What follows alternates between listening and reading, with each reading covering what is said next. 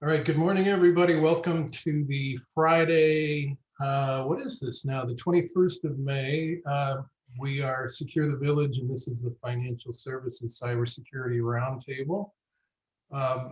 We are lucky enough to have Stan actually doing the presentation today, and he's going to talk about, what cybersecurity means to the boardroom and to, what are the governance considerations, and how do we make sure that the organization has the right focus from the top down on cybersecurity. So it's going to be really good. We will also have a little bit of information at the end of the meeting about Secure the Village, and we always follow up the presentation with a little bit of discussion or Q&A. We have some additional sort of questions or things to talk about. There's been so much in the news lately about ransomware that I'm just going to throw up 3 or 4, sort of statements or questions about ransomware and where we stand right now to see what your thoughts are. Certainly, we're eyeballing it as a future speaker presentation soon. So anyway, let's get rolling. We like to start by having everybody introduce themselves. I'm John Coleman. I'm the coordinator for this meeting, along with Josh Peplow from American Business Bank. Josh couldn't make it this morning, but he's normally here for the meetings along with us. My background is in both banking and IT and information security. I've been in the banking sector for over 30 years and a similar number of years for IT and information security. Have held CIO and CISO positions in financial institutions. Right now I'm working for a firm called Audit One LLC that does consulting and audit work for financial institutions. That's me. Let me hand it off. And Stan, you're going to introduce yourself at your talk. So let's go to Edward. You want to introduce yourself? Ed Padgett. I am the Chief Risk Officer at CU Direct. My career has been technology service providers in the financial industry for over 30 years.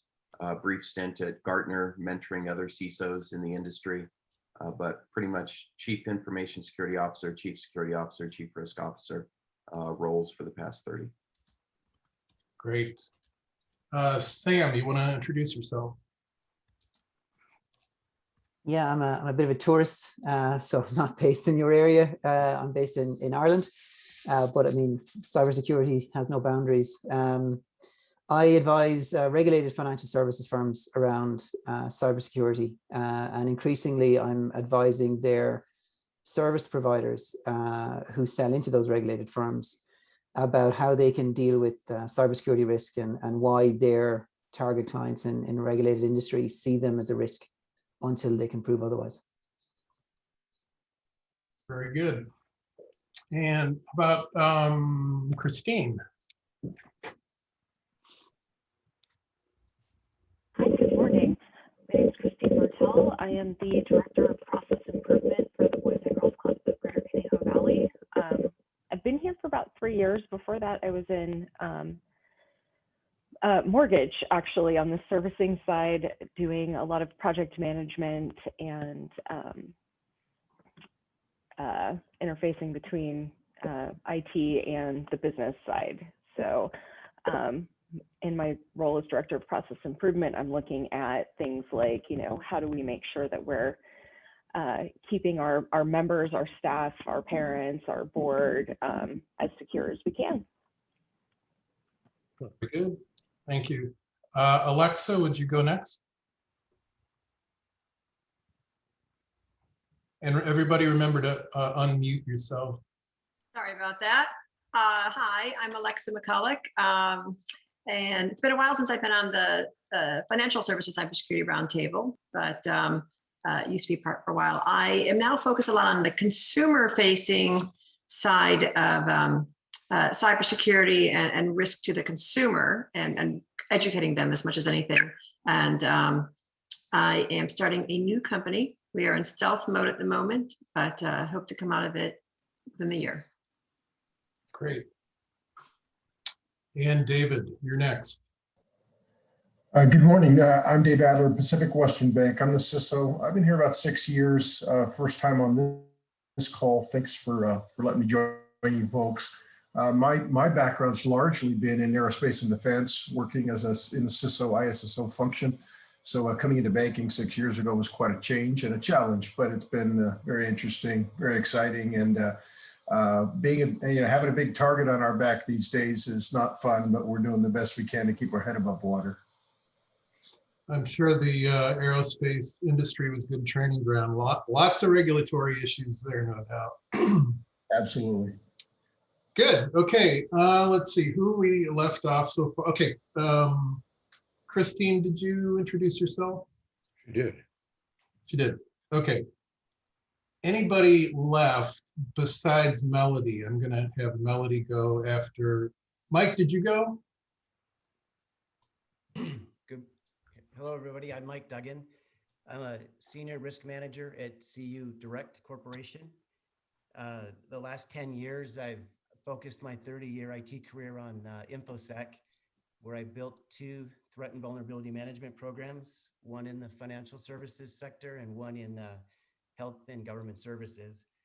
I'm currently a senior risk manager in managing risk, and so I've kind of shifted out of the trenches to from threat and vulnerability management to the risk assessment side of it. So I'm very curious to see how we talk to the board today. That's a little newer for me in that area. All right, very good. Well, hopefully we'll have some good information for you. Lori McDonald is on. Lori, you want to introduce yourself, unmute yourself and introduce yourself? Sure, I'm the global head of IT audit at Computershare.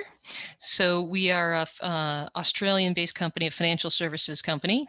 So I just, wanted to tune in to learn all I could about some of the real-world cybersecurity issues, obviously impacting big financial services company like ourselves.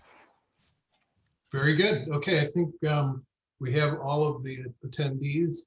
We want to spend a little bit of time hearing from Melody Dodonis. She is with BTI Growth Advisors. They sponsor our meeting, and Melody is going to talk a little bit about BTI. Hi, Melody.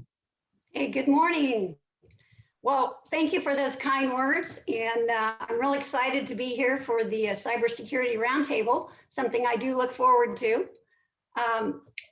As John said, my name is Melody Dodonis, and I'm standing in for our CEO, Ray Adler.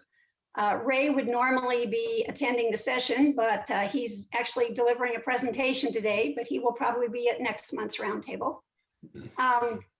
We are really excited to be members of SecureTheVillage and sponsors of the Cybersecurity Roundtable. We do believe in the mission of SecureTheVillage, and we certainly feel we are stronger together in the fight against the wide gamut of cybercrimes that we're all vulnerable to.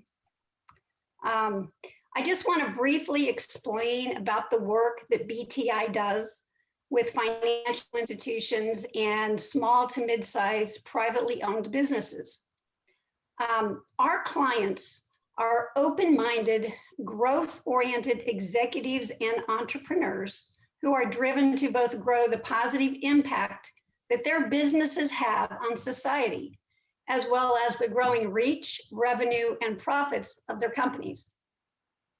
Every business has 6 key components for achieving business and strategic planning success. Those 6 items are vision, people, data, issues, process, and traction. Most companies only operate at 20% strong in these 6 key areas, succeeding in spite of themselves. We actually use a proven framework, simple process, and proven tools to help our clients get to 80% strong in these 6 key areas. When these critical business components are strengthened, a company experiences more clarity, accountability, and engagement. This boost not only cultivates a high performance culture, but it unifies the company's vision. That way all employees are rowing in the same direction. So what we'd like to do is offer any Secure the Village member or company participating in today's roundtable the opportunity to take our complimentary organizational assessment to determine how strong you are in those 6 key components I mentioned earlier. If you're interested in this assessment, I'll have my contact information in the chat area. And I'll email you a link. I think you'll find it very revealing and well worth the investment of your 10 minutes to do this. So with that, I'm going to go ahead and close and return it back to Stan. And thank you so much for this opportunity. All right, great, very good. So one of the things that we'd like everybody to do, we try to make sure that people have, excuse me, have a way of connecting with each other. You can share your information in the chat box at the bottom of the screen, and it will allow us to basically have your information. I thought we had I'm going to go to our agenda. Yeah, if you could put the name, email, address, your title, and your company name, that would be great if you could slip it in that chat box, and then everybody has contact information for everyone else. We also have groups that we call troikas, and everybody is welcome to participate. They're around subject matter areas. Stan, you want to take just a minute to explain the troikas and which ones we have currently? Yeah, sure. So the basic idea here is it's for Secure the Village to realize our vision of a cybersecure global village. It really requires that all of us become part of a community that we then can reach out to others as well and spread the word. And the idea of the troikas is, and it flows out of some networking groups that I was in over the last 25 years here in Los Angeles, that if you put the word troika in, we will organize all the people who put that word in the chat box. I'm about to do it.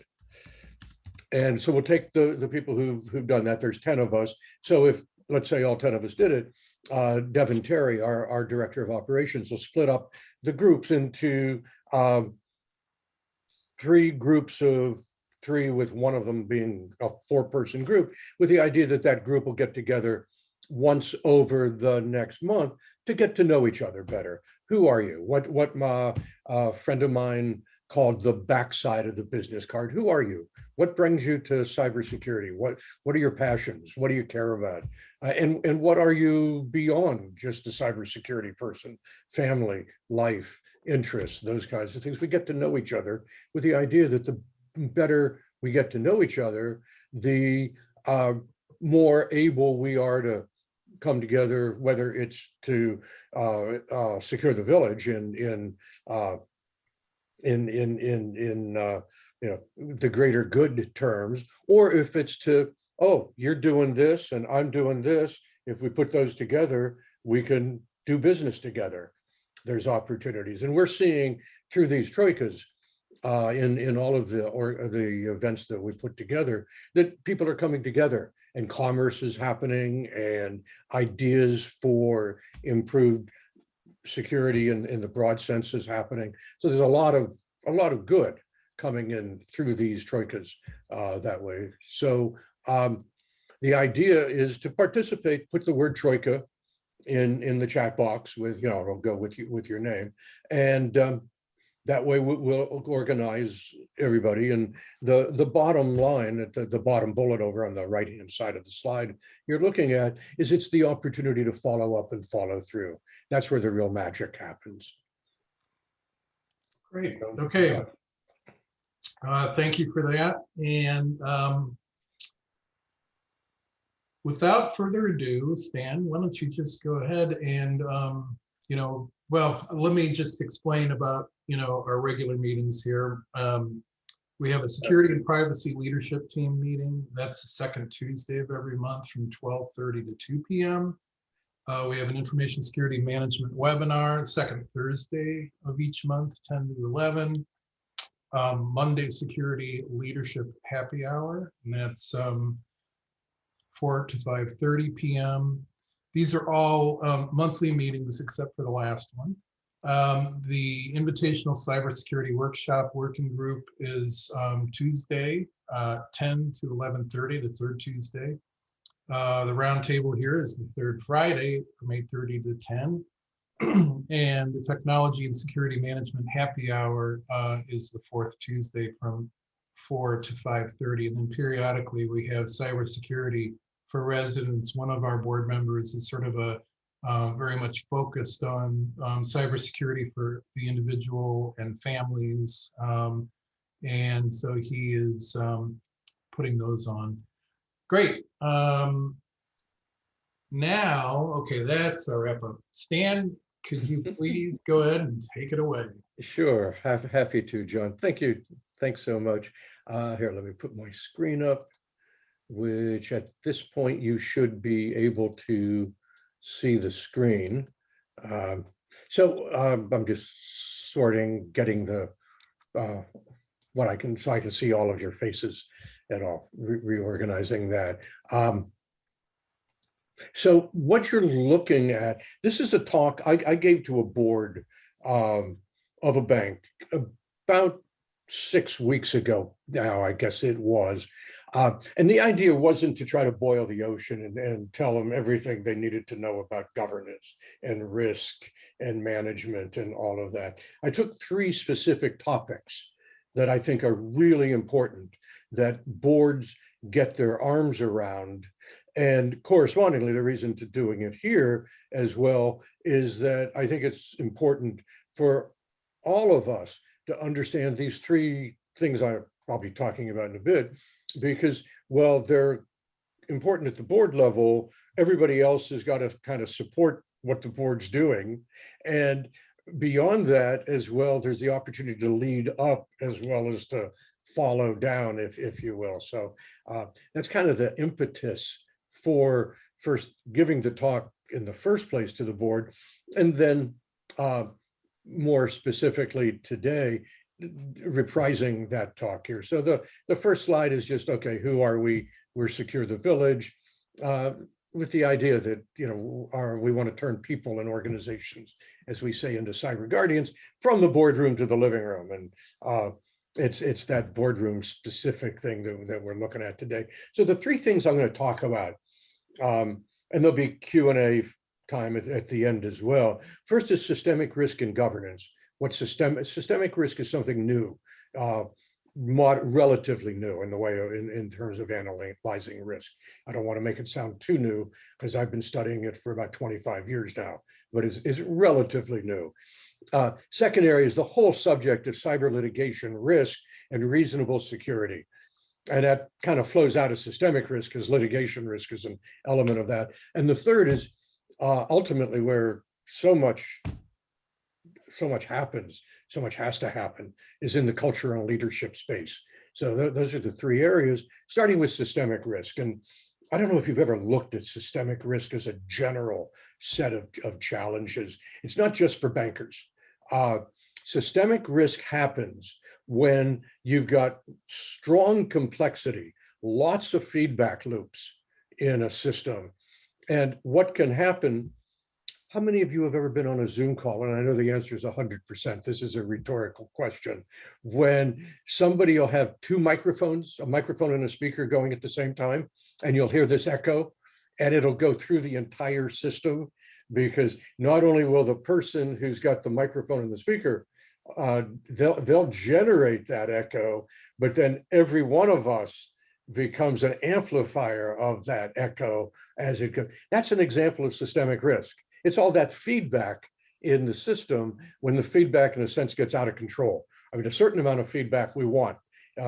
Think about a thermostat in your house. You know, you set the temperature at 72, and when the temperature goes up to 73, 74, the air conditioner comes on and it brings it down to 72, where the air conditioner shuts off, and then it warms up again, and the air conditioner goes on and the temperature drops. That's feedback the way we like it. Feedback like when we get echoes, we don't like that. So you start looking around, where do we find systemic risk? And it's like everywhere in modern society. I've got a list here. COVID is an example of systemic risk. Little incident, whether it happened in a lab in Wuhan or it happened in a food stall in Wuhan, they'll figure that out at some point. But little incident, something escaped. Next thing you know, the whole world has been impacted. Colonial Pipeline, for all we know, one person clicked a link. We don't know how this really happened yet, so I'm hypothesizing here, but somebody clicked a link. Maybe a vulnerability failed to have been patched, and before you know it, there are gas lines and gas shortages up and down the coast. And today I just got from a colleague, Colonial Pipeline now is the defendant in what is a class action suit if it gets through the initial court findings, so that the class gets organized and the suit goes forward. But again, a moderately little thing, clicking a link on an email, like we get hundreds of emails a day. Here's one link and one patch maybe that was missing, and you got people who can't get gasoline on the East Coast. Little event, big cause, big effect on it. Climate change is true systemic risk that way, and you can read that in the list, and you see this over and over and over again. I mean, the Equifax breach, a patch missing, and 150 million of us have our information leaked out from Equifax. SolarWinds hack, same way. I mean, how do you hit 18,000 companies all at the same time, even if only 180 of them, I'm making up the number, are what you're really interested in? You go down deep in the system and you impact one device, one component, one agent. And before you know it, we've got a major situation going on. So systemic risk, and a lot of this comes from a friend of mine, Bob Zukas of the Digital Directors Network, who's done a lot of thinking in this space of systemic risk. Excuse me. So it's all these risks that exist in complex systems. They typically are little. They can impact the larger system. And as I say, it's somewhat thinking of this stuff systemically. For those of us who've been developing software over the years, and particularly big systems, I started where the software I was working on were truly big systems, like the Space Defense Initiative in the Reagan years and things like that. We learned early on that we had to start thinking systemically, but it's something that just is rolling out into the private sector much more slowly, but it's coming now. So the first recommendation for the board is to embrace systemic risk management as a governance capability. Make sure that there are people on the board who understand this, and make sure down in the trenches where we all work as well, we understand this. And the path to it starts ultimately with total transparency in the system. You've got to understand everything in your system if you're going to be able to wrap your arms around it and begin to analyze the risks systemically. Again, it's not just the risks, it's the interaction of the risks with each other that makes it systemic. So the first phase is that transparency. Then we identify our risks. Then we start looking targeted. Where's the most effective places that we can, high leverage places where we can reduce risk? Not just looking at each risk on its own as an individual element, but looking at the interactions of the risks. Where's the best place to target? And we'll see later, I mean, one of the best places is in the culture. It's more long-term, so it doesn't happen overnight. But in terms of getting the biggest bang for your buck, that's one of the places. And ultimately you get to a place where you're truly doing systemic risk management here.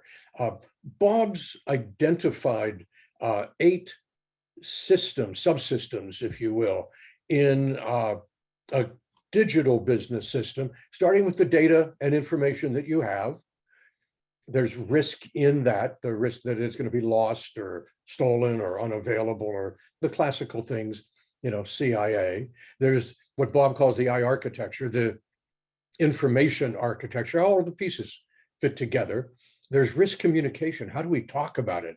How do we talk about it inside the organization so that, I'll just use some of you as names, so that Ed and Christine have a common model to talk about risk and to communicate it back and forth across all the inevitable silos that we find in our businesses, and so that it flows up to the board in a uniform way. And when something happens, the structures are in place to communicate that out to the outside world as well, so that we're not playing catch up in our public relations campaigns. Then there's all the emerging technology. I'm seeing just over the last, here, I'm going to let somebody else in. I'm seeing over the last certainly year or so, just longer than that even, just a ton of emerging technology that's coming out. Some of it to drive our businesses and some of it to protect our businesses. But every time you bring technology into play, you change the the threat surface for attacks. So again, you've got to manage the risk associated with that.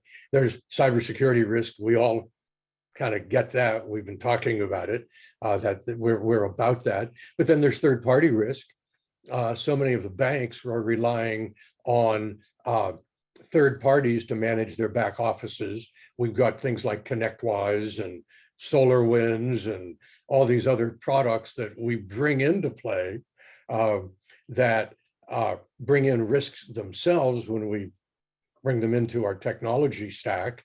And beyond that, there's all the third parties we share information with, mortgage brokers and escrow companies sharing information. There's risks in there. There's operational IT risk as well. Are you training all of your people are you cross-training so that if one goes out, another can take over? I mean, there's all that risk. And then at the end of the day, there's regulatory risk, and that's only coming to increase. And I think after SolarWinds, after Colonial Pipeline, we're going to see a lot more in the way of regulatory risk here. And that includes, with regulatory risk, all the legal risks, the risks of lawsuits and those kinds of things. So that's kind of a brief summary of what these risks look like. For references, Bob's got a great book out called The Great Reboot. It's available on Kindle. He just recently wrote an article called A Boardroom and CEO Cheat Sheet. Say that 5 times quickly, I dare you. But a cheat sheet on chaos and systemic risk.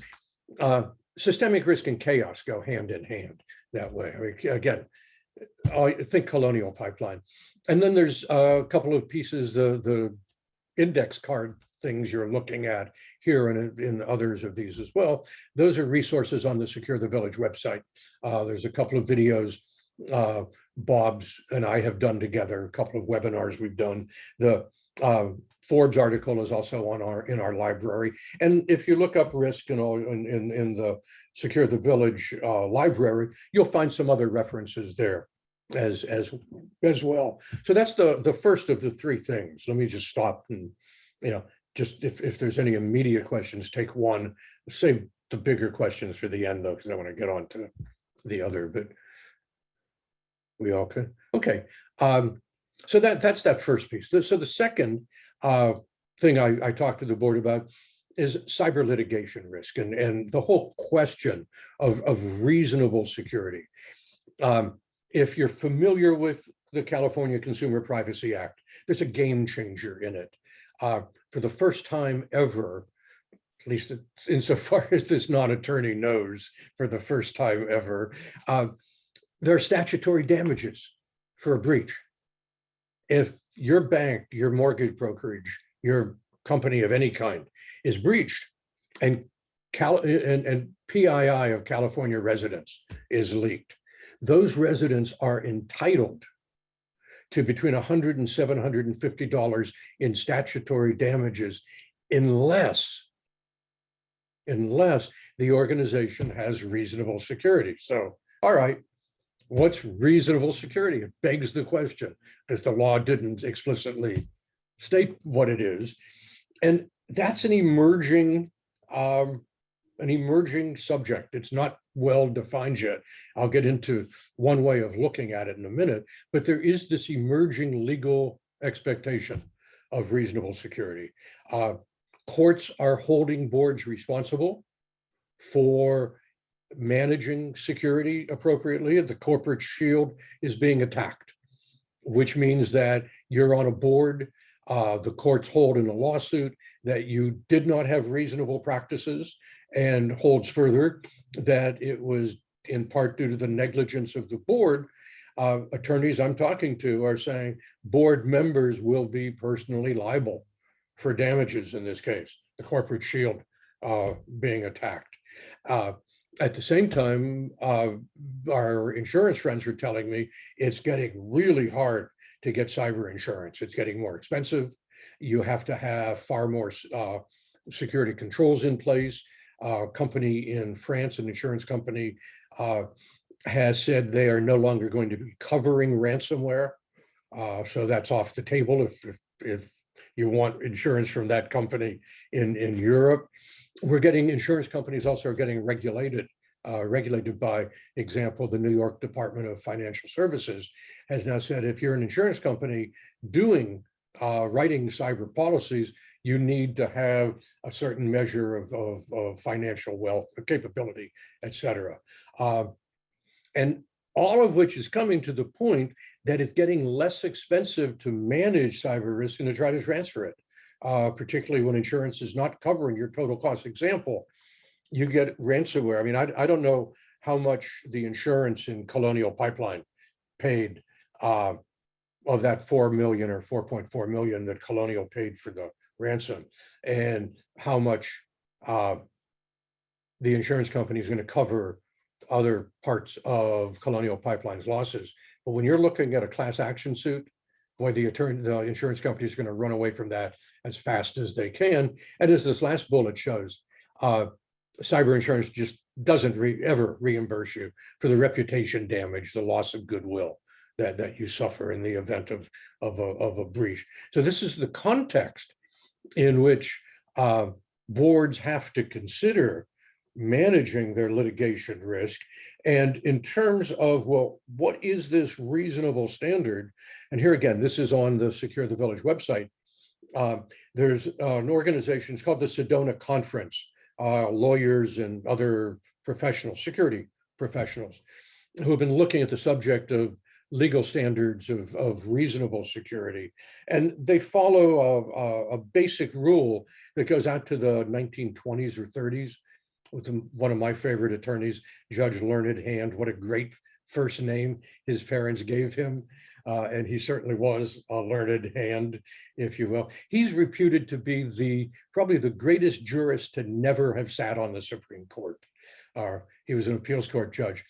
And in this case, United States versus Carroll Towing, he basically wrote that if you've got this much of potential loss that others are going to suffer because you don't take action, and if that loss is, if let's say there's, the probability of the loss occurring times the amount of the loss. So let's say it's a 50-50 probability. The amount of the loss would be 100,000. The expected loss is then $50,000, 50-50 of 100,000. Well, you're now protecting against that loss. You need to spend $50,000.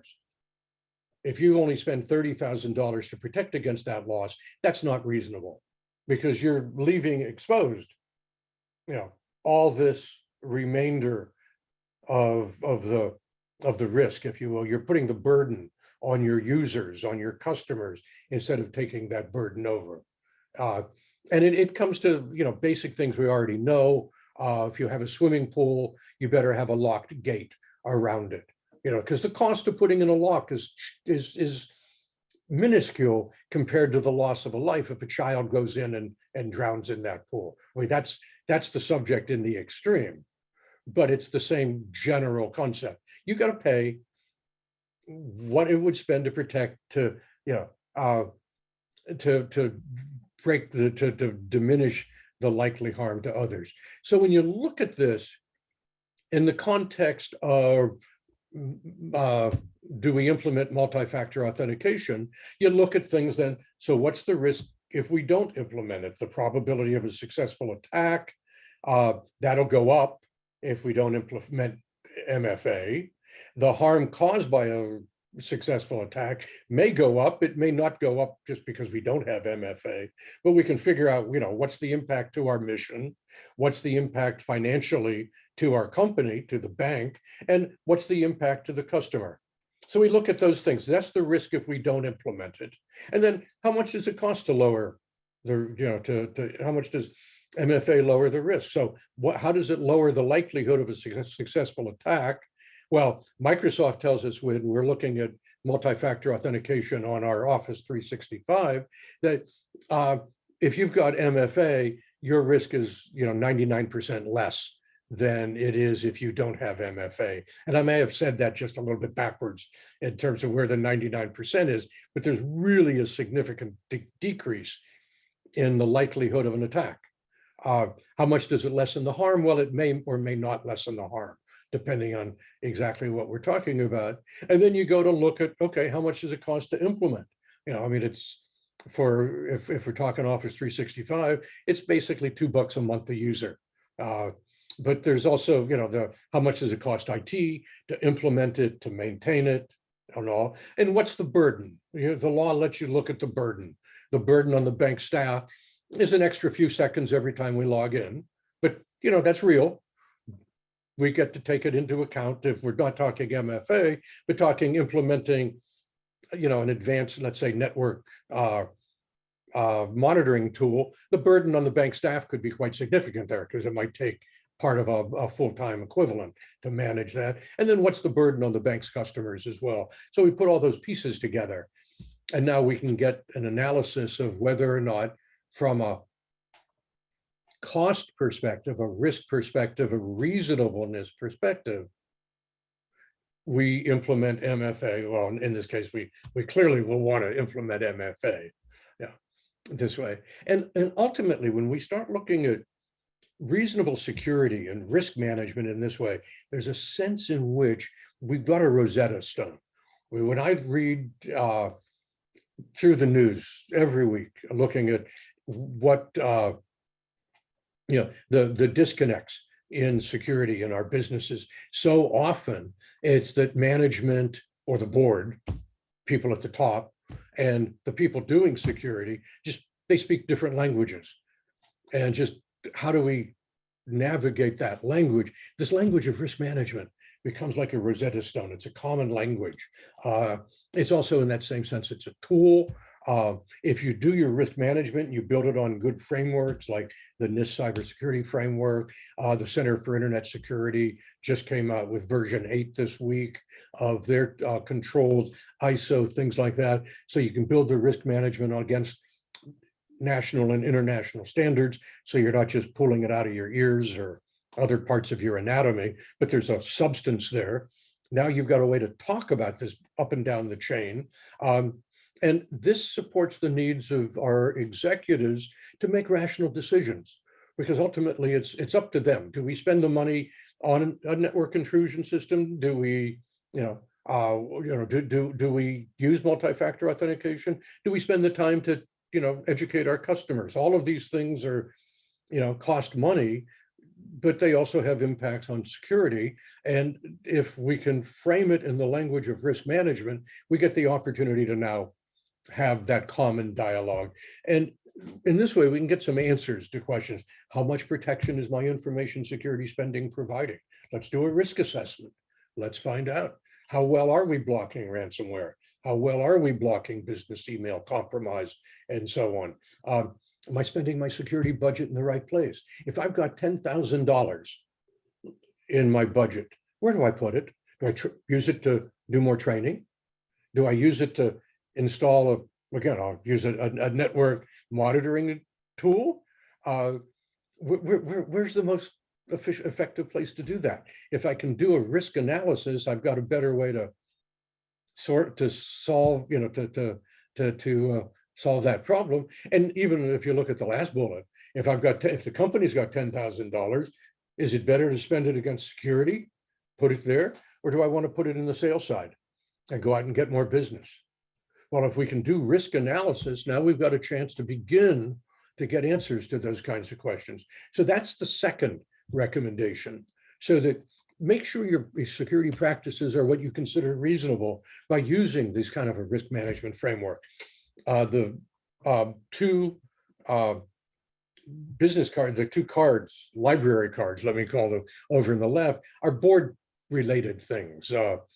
We did a webinar, a workshop last October, just on the subject of reasonableness. And it was a panel discussion with several attorneys and several security professionals interacting. And one insurance person as well was on that panel over the course of, it was a few hours that we spent last October. And then the three cards over on the right are down in the trenches things. There's the Nist guide for conducting risk assessments. There's the Center for Internet Security's risk assessment method, the MITRE attack framework, if you're not familiar with that. It's wonderful as an analytic tool for looking at where the various steps in the attack, and then correspondingly knowing those steps, knowing those places, we can now begin to look, are we defending appropriately in those, from the opening social engineering attack, or even before that, let's do reconnaissance on LinkedIn and Facebook and places like that.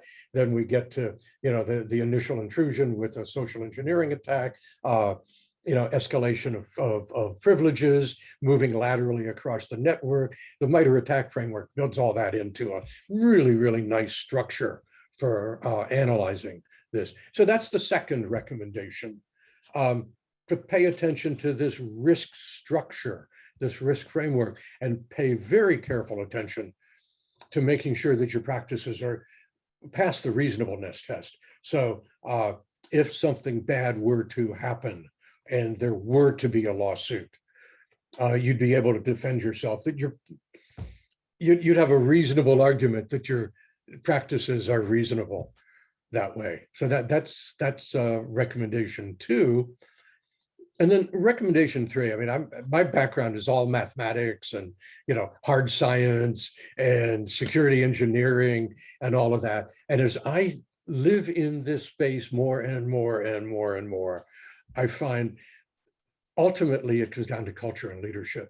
It's that tone at the top, as my friends who do work in boards talk about.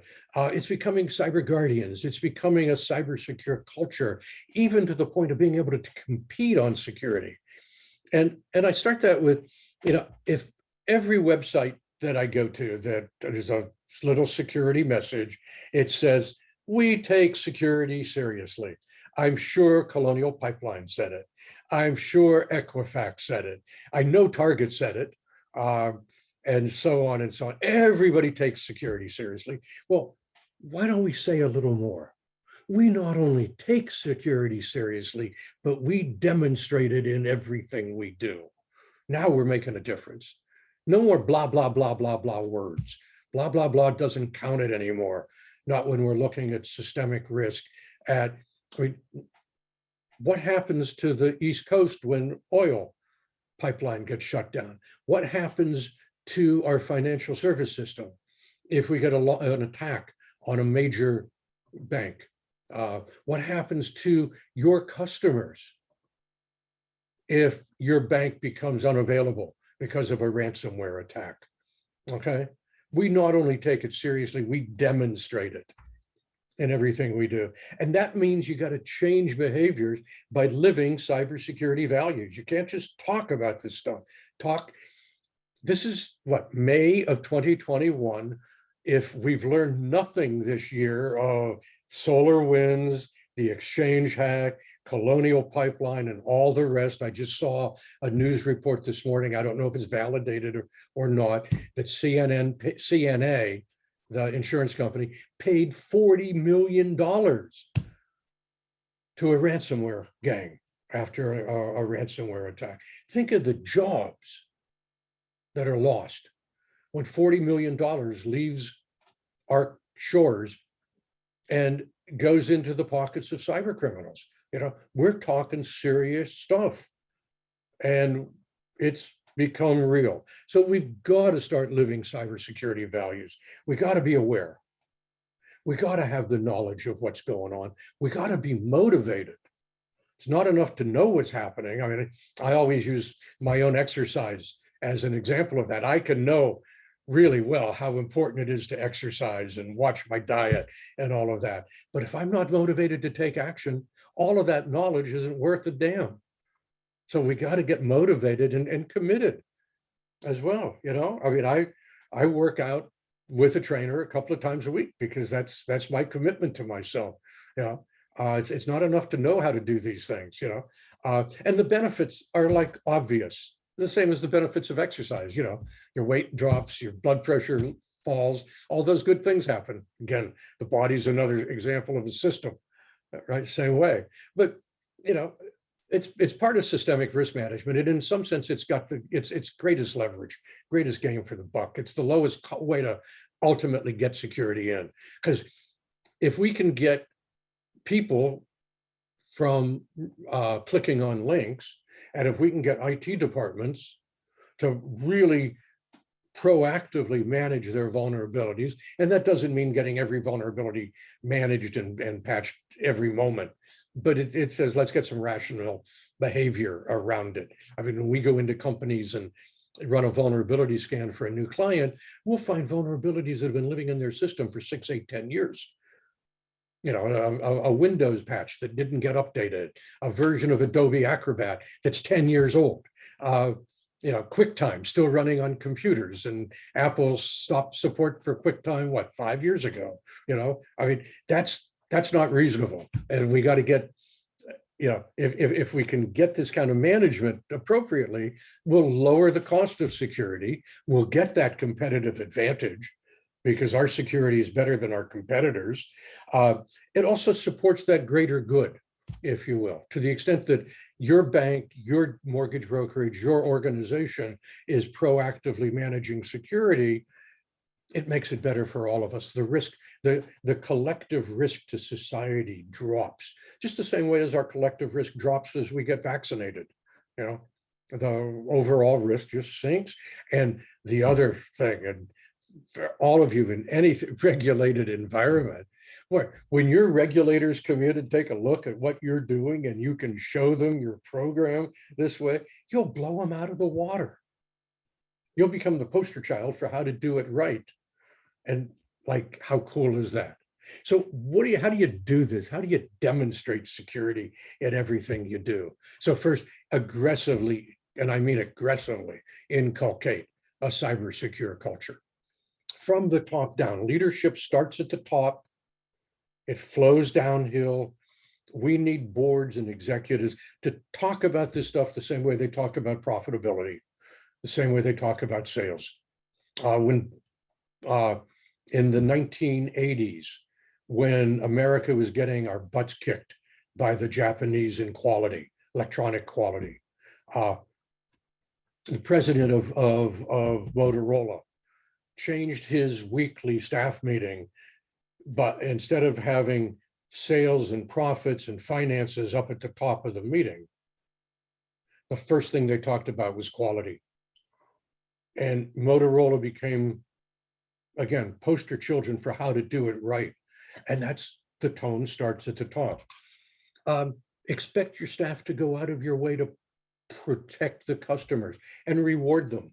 We'll do phishing tests, KnowBe4 automates that process and so on. And the typical reaction is, oh, let's go punish the people who failed the test. No, let's go celebrate the people that passed the test. Let's encourage and reward good behavior. What I just said, include security as one of the top 3 agenda items in every executive meeting.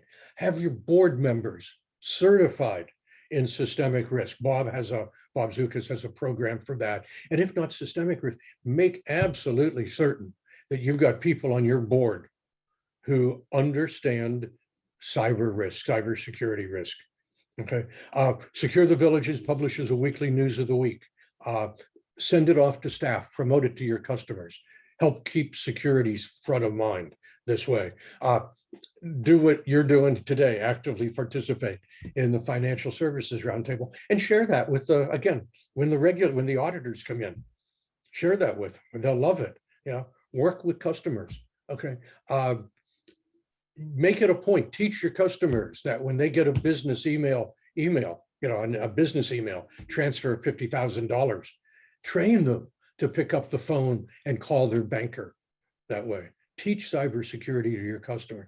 These are the ways to not only take security seriously, but demonstrate it in everything you do. So that was my 3rd recommendation to the board, to do this with references here. There's several things that are already in the SecureTheVillage library, and there'll be more as we get more of these done. There's 2 of these are videos that I've done over the years with a man named Bill Leiter. His book, Mastering Your Balance, is a good way to systematically or systemically look at all the forces at work in a business, from your values, your leadership, your mission, your higher purpose.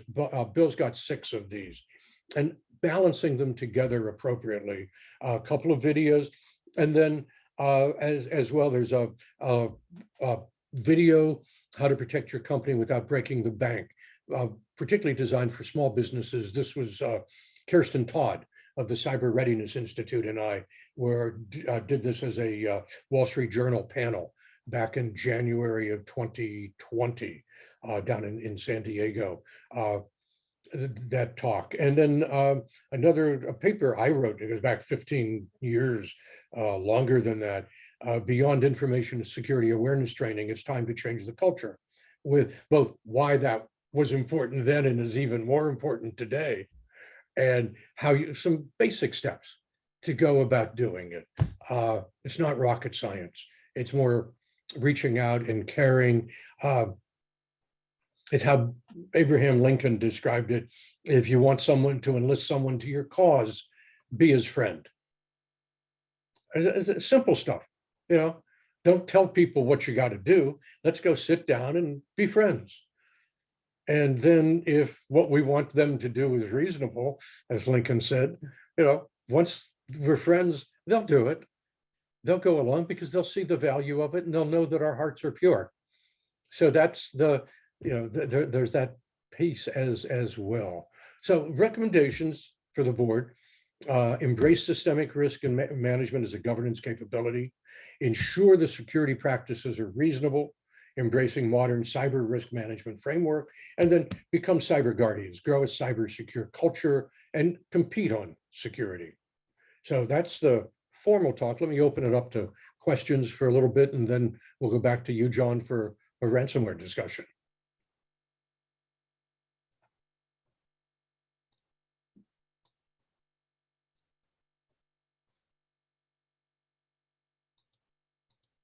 Questions? No questions for Stan? Not hearing anything, Stan. Okay. All right. All right. Let me turn it back to you, John. I'll stop sharing. You take it back over and let's have a discussion. Great. Thank you very much. Let me pull up my screen here. So we have a little bit of time, so this is hopefully going to be meaningful here. Can you guys see my screen? Yes, we can. And let me ask before we continue, we've been recording. We can record this, but then we have to all be very careful not to say anything that is at all proprietary or anything like that, or we can pause the recording. Yep, very good. Which let's get a sense. Anybody care if we keep recording? The questions, so these questions are designed to elicit just, your opinions and not so much about specifics of, what you're doing in your organization, except maybe one, but it's only in a general sense. So let's start, and you guys know what you can and can't share. First one here is obviously ransomware is an increasing threat. Where does ransomware now rank as a threat within your organization? So, everybody's concerned about data breaches.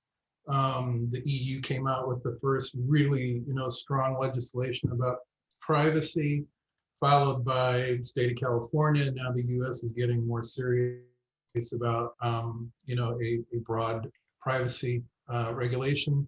Business email compromise is another concern. What do you guys think? What is ransomware the big deal now? Anybody? I think the ransomware piece, people feel that they have it handled because they have backups and they've air-gapped the backups and things. But as we can see now, it's the double extortion. It's where they take a copy of your data and then say to you, unless you pay the ransom, we're going to disclose this. Now, you could argue once they have the data, there's no point in paying the ransom, because how do you ever prove that they're going to truly get rid of the data? But I think, because it's under the banner of ransomware, this data theft and extortion, I think as our experience in Ireland has taught us in the last week, the health service has been brought down.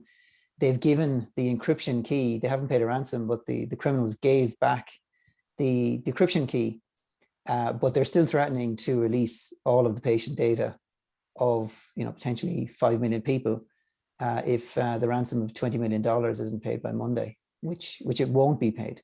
So I think that's brought attention to the fact that ransomware is no longer just about encrypting your data. It's actually about stealing your data, and then in theory, them not doing something with that data if you pay the ransom. So that's basically taking it to a whole nother level when you talk about exfiltration and encryption. Yeah. So that, they can extract a ransom and sell information on the internet. Nice. Yeah. John, I have a question for you, as well as the rest of the panel. Has it truly changed, or is it just the optics? Malware, regardless, has been, are we saying that our controls have been insufficient, continue to be insufficient? What's really changed other than the media notification around it? Yeah, I think the attack is different. I mean, the original ransomware, was, we're just going into your firm and making sure that you can't get at your data. Whereas now it's we're taking the data. So I don't know how many firms would have looked at security controls around data loss prevention. And especially now that the data is in the cloud, the data isn't on somebody's server physically in their facility. So they can't even see, with standard tools, the volume of traffic going out today versus the volume going out yesterday. The stuff they're doing a better job monetizing. That I absolutely agree. But I don't know that the threats really changed. The issue is, what controls are we changing? Because effectively we've had egress controls, ingress controls, anti-malware controls, hardening of systems. So I'm trying to figure out the framing of the question. What has truly changed, other than the bad guys are doing a better job in monetizing it, and the bad guys are doing a better job in their product development life cycle than our own companies have historically done? I think it's the egress controls. I don't know if every firm has thought about, that when the bad guys come in, they may walk out the door with the data, because the ransomware threat until recently was not that. It was, we'll come in and set a fire, and then we'll hold the fire extinguisher and you have to pay us before we'll turn that on. But it, until, the last recent few years, it wasn't about, we're going to rob your data as well, or at least that wasn't part of the scam. Maybe they did take the data, but they didn't control. So therefore, your attention around the security measures was, what's the risk? And the risk is they get in. So you try to stop them getting in. You try to minimize the impact of them getting in, but you never necessarily recognize that the other risk is that once they're in, the impact is they're going to take the data. So therefore, we should have a control to prevent them getting the data out.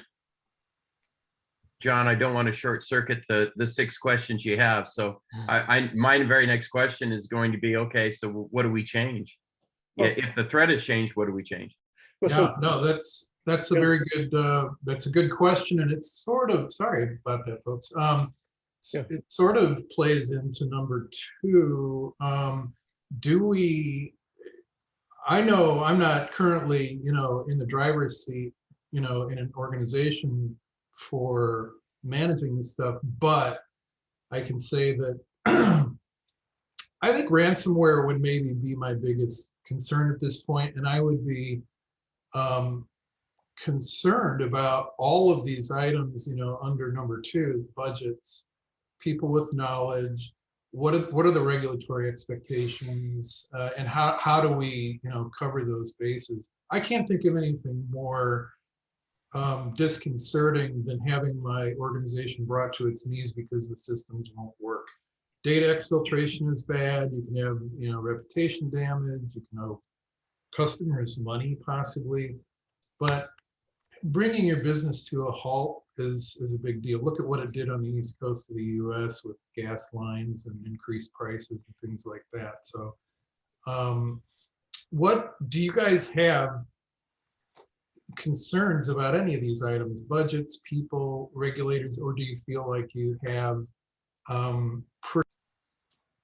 so I want to jump in and just say, I think one thing what has changed, because that's part of the discussion around number one, is the frequency, velocity, and cost of ransomware, particularly in the small and medium-sized business. Not so much that we don't, at a theoretical level, don't know what to do, but there's this great quote of, I forget who, that says, the future's already here, it's just not equally distributed. And the defenses against ransomware are here, they're not equally distributed. That's part of the value, if you will, of the value proposition of SecureTheVillage, to help get this knowledge base out into that broader community. And so with that, go back to your question, John. okay. And we can just pull number three into it as well. What are the resource challenges, and do we need better standards? We have standards for device configurations and a lot of technical stuff. Ransomware is a pretty broad canvas here. Should there be better guidance from any of these standard setting organizations to say, here is a framework to respond or to prepare to this?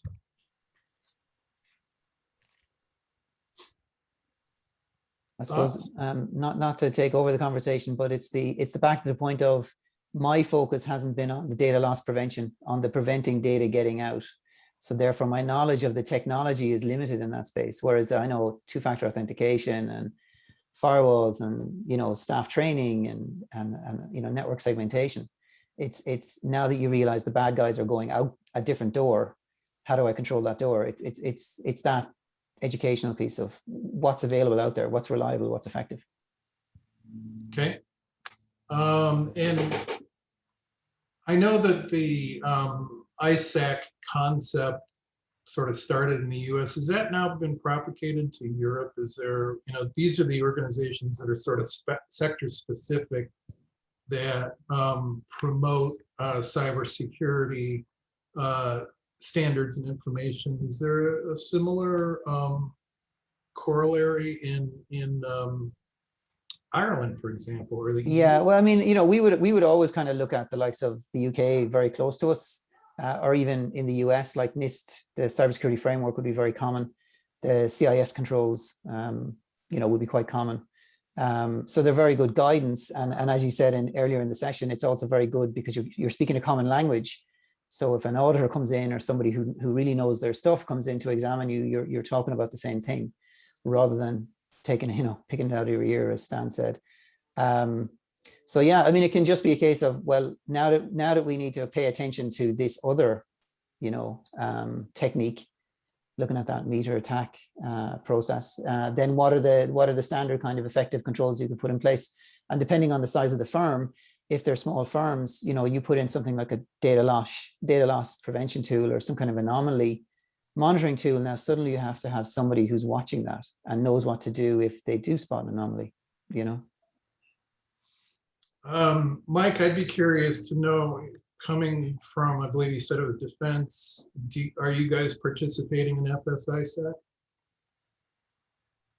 Yes, absolutely. It's definitely part of our program and sets the guidelines for us. And do you feel that, what you are hearing from them, or the information you get from them in this area, is it enough? Well, just these are some personal observations, but so like I like the CAT, the cyber assessment tool Mhm. that the NCUA, National Credit Union Association, has provided.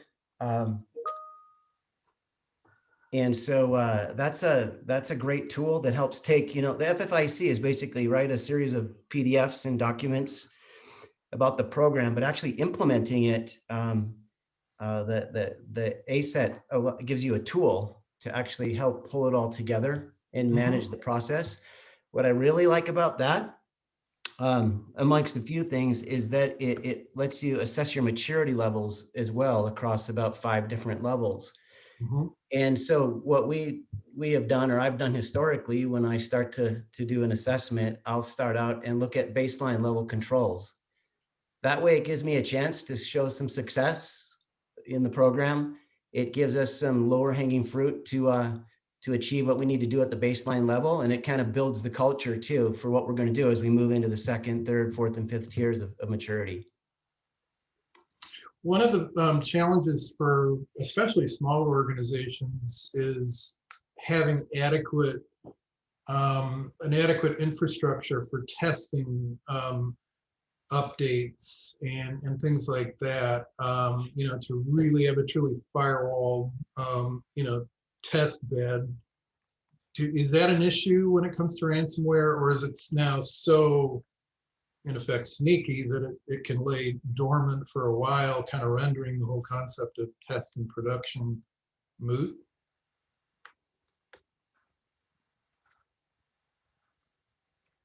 That's one of my concerns. I think about, okay, we can test, all the patches and updates and whatnot, but if you take a look at SolarWinds, for example, it really was in environments for months before it came to light, that something was going on. So that's very tough. Let's move on to 5. Should the government be more directly and actively involved in ransomware defense in the private sector?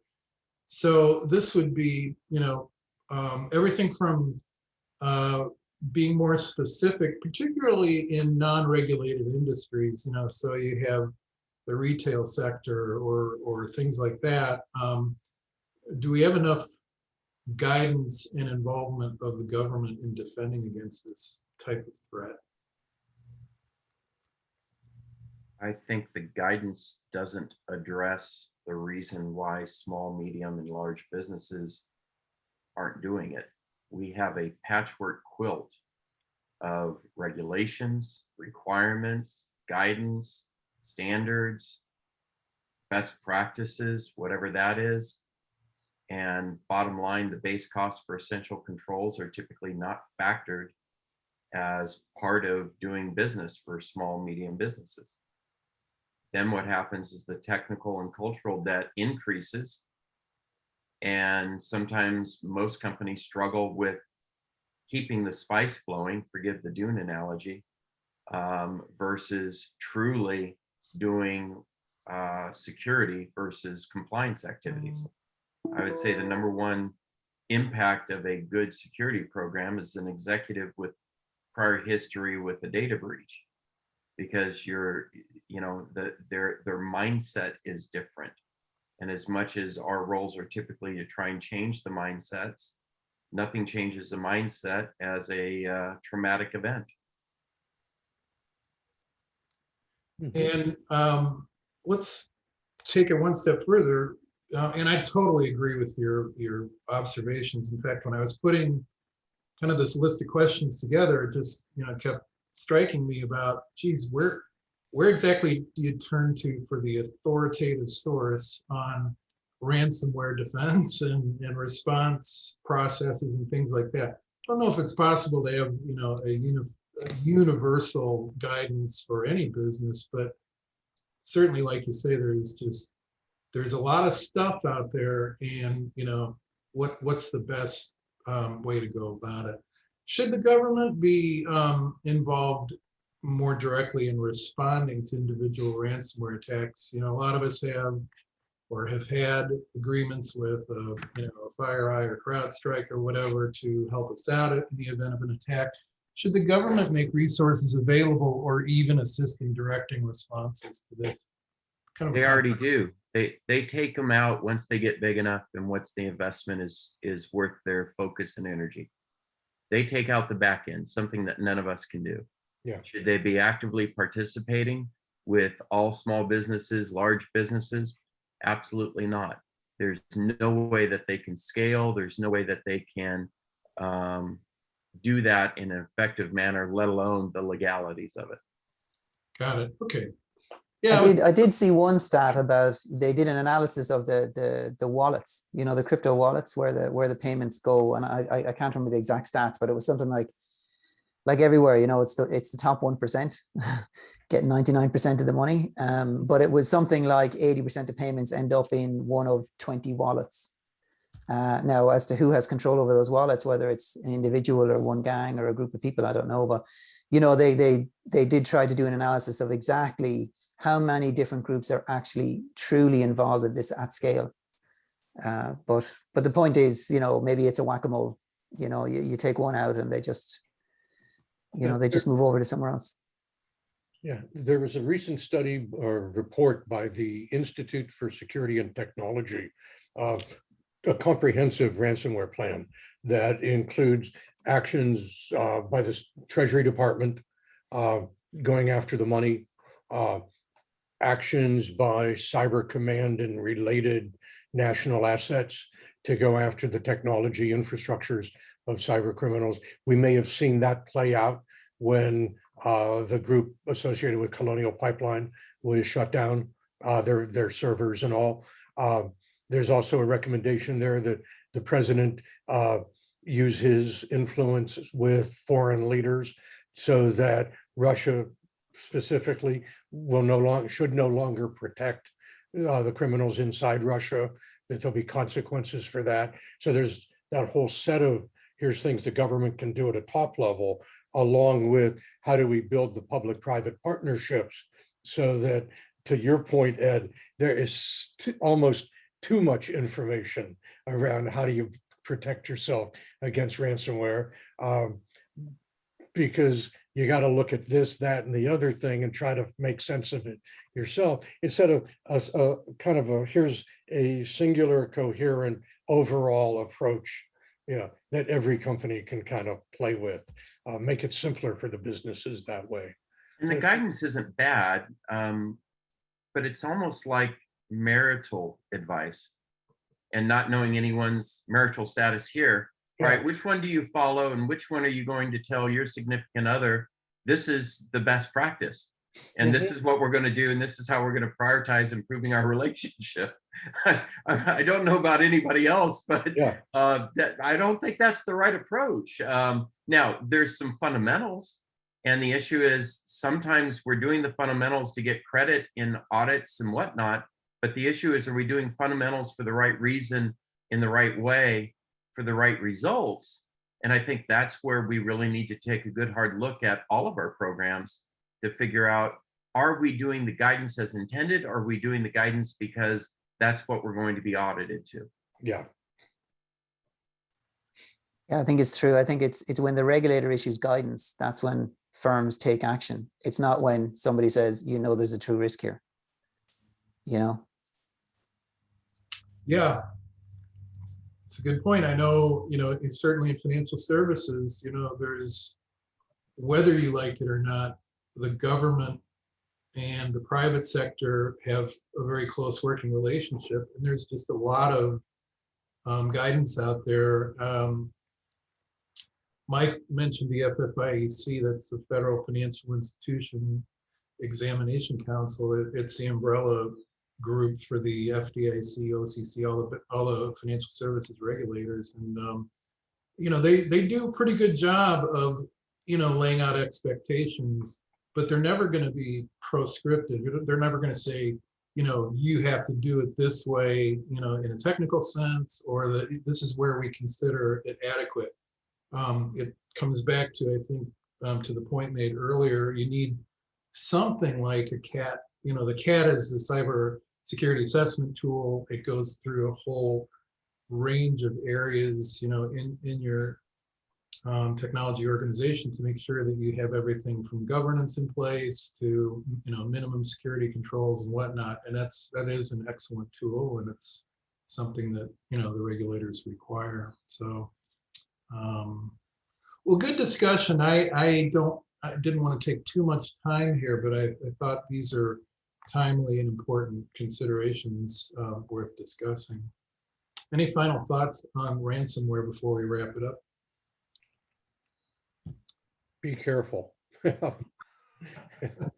Yes, don't get attacked. That's right. Yeah. Okay. Watch those email links, et cetera, et cetera, et cetera. Yes, train.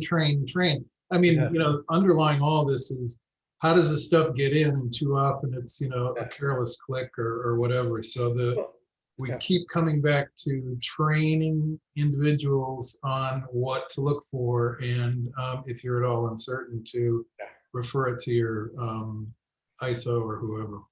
Well, and I think also make sure your defenses are capable of detecting an attack. Of course. Reasonably effective at that. Again, let's not get unreasonable in this, but then also, how's your incident response plan? Are you able to respond and recover? Have you tested it? Have you done tabletops with your executives so they're not caught by surprise when you walk into the office, the executive office, and say, excuse me, sir, but we have a problem, how prepared is management in all of this? I think in many ways, I see it as just, are you doing the basic blocking and tackling that you have to? It's not esoteric. It's, everybody's got to have their own playbook because every business has its own playbook, but have one, practice it, do it, learn to tackle, learn to run those 8-minute miles if that's part of what, is needed. Yep. Definitely. All right, let's take it to a close here. So please let us know either through the chat box, email, or a phone call if you would like to see anything different in these meetings, if you would like to hear about hear from a certain speaker or about a certain topic, do let us know. Invite your friends and colleagues. Our next meeting is going to be on April 13th. Which is good. We violated the laws of physics, but what the heck, this is software. Yep, and this is actually not the correct date here. The next meeting is set for June, let's see, it would be the 18th. So Friday, June 18th, ignore this right here. And we hope certainly that you can make it. We talked about these individual programs. Get engaged. If you're not, on our, well, you're going to be on our mailing list now. You signed up for this. So if you weren't before, you'll be on our mailing list. We do have company partnerships. So, your company can, for free currently, put their information out on our website, and it's another place to promote yourself. So do consider that. The other things that we'll do is alert you to our events. We have a library, a resource library online. You're welcome to provide information to post that. And just like we said, bring other people and get involved. The last part here, I'm going to turn it back to Stan. He's going to talk a little bit about something that he has published. It's a book of mine. It has nothing to do with cybersecurity. It's a series of essays that I started writing after 9/11. I wrote my first one, And the book contains about 80 of them, written on occasions of the American holidays, Memorial Day, Martin Luther King Day, Independence Day, etc. About 70 or so of them. And the point about it is that it's not right, left, Republican, Democrat, pro this, anti that. It tries to take an above the battle stance. Truly, it's a search, my own search for what I call the soul of America.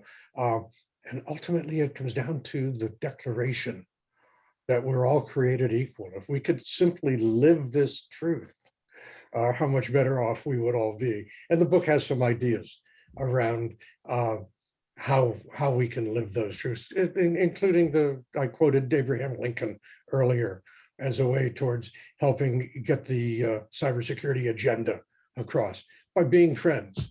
And I quote that regularly. Learned Hand has a big role to play in these essays as well. So I just want to let people know it's out there. It's available on Amazon. Should anybody be motivated to go look into it. All right, very good. And then this is our contact information. Feel free to screenshot it. I will go ahead and add my contact information to the chat box. I haven't done that yet. So before we sign off, I'll make sure to do that.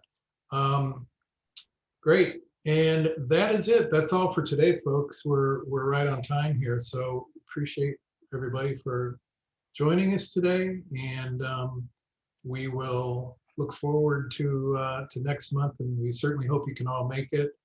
Sam, bring in more folks from Ireland. Absolutely. And, we hope to see you in June. Thanks all. Yeah, great. Thanks, guys. Thanks, folks. Okay.